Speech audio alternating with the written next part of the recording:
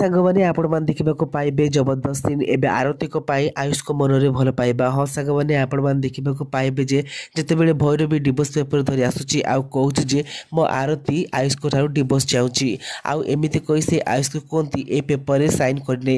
ଆଉ ଆୟୁଷ ଯେତେବେଳେ ରାଗି ଯାଇ ଡିଭୋର୍ସ ପେପରରେ ସାଇନ୍ କରିବାକୁ ଯାଉଥିବେ ହଠାତ୍ ଆକାଶ ଆଉ ଭୂମି କହିବେ ଏଇଟା ଗୋଟେ ମିଛ କଥା, ଯଦି ତମ ଆରତୀ ଆମ ଆୟୁଷଙ୍କ ଠାରୁ ଡିଭୋର୍ସ ଚାହୁଁଛି ତେବେ ତମେ ନିଜେ ଆରତୀ ସହିତ ଆମକୁ ଗୋଟେ ଥର ଫୋନରେ କଥା କରିଦିଅ। ଆଉ ଯେତେବେଳେ ଭୈରବୀ କହୁଛି ଯେ ତମମାନଙ୍କ ସହିତ ସେ କଥା ହେବା ପାଇଁ ଚାହୁଁନି, ଠିକ୍ ଅଛି ମୁଁ ତାକୁ ପଚାରି କାଲି ତା ନମ୍ବର ଆଣି ତମକୁ ଦେବି। ଆଉ ଭୈରବୀ ପୁଣି ସକାଳୁ ଆସି କହିବ ଆରେ ଏଇ ତମେମାନେ କ'ଣ ଖାଇବାକୁ ବସିଗଲଣି, ଏଇ ଡିଭୋର୍ସ ପେପରରେ ସାଇନ୍ କର। ଆଉ ଭୂମି ତୁ କହୁଥିଲୁ ନା ମୋ ଆରତୀ ସହିତ କଥା ହବୁ ବୋଲି, ଏଇ ନେଇ ତା ନମ୍ବର।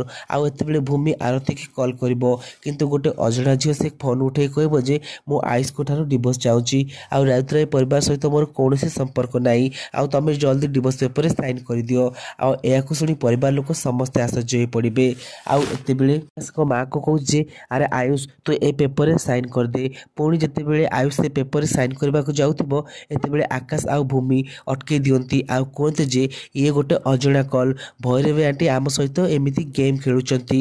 ଆଉ ଏତେବେଳେ ଆୟୁଷ କୁହନ୍ତି ଆରେ ଆରତୀ ତମେ ମୋ ସହିତ ଏମିତି କାହିଁକି କଲ, ଯଦି ତମେ ମୋ ସହିତ ସୁଖରେ ରହିପାରୁନଥିଲ ମୋ ସହିତ ଝଗଡ଼ା କରିଥାନ୍ତ, କିନ୍ତୁ ତମେ ହଠାତ୍ କାହିଁକି ଚାଲିଗଲ। ଏମିତି କହି ସେ ବହୁତ କାନ୍ଦୁଛନ୍ତି।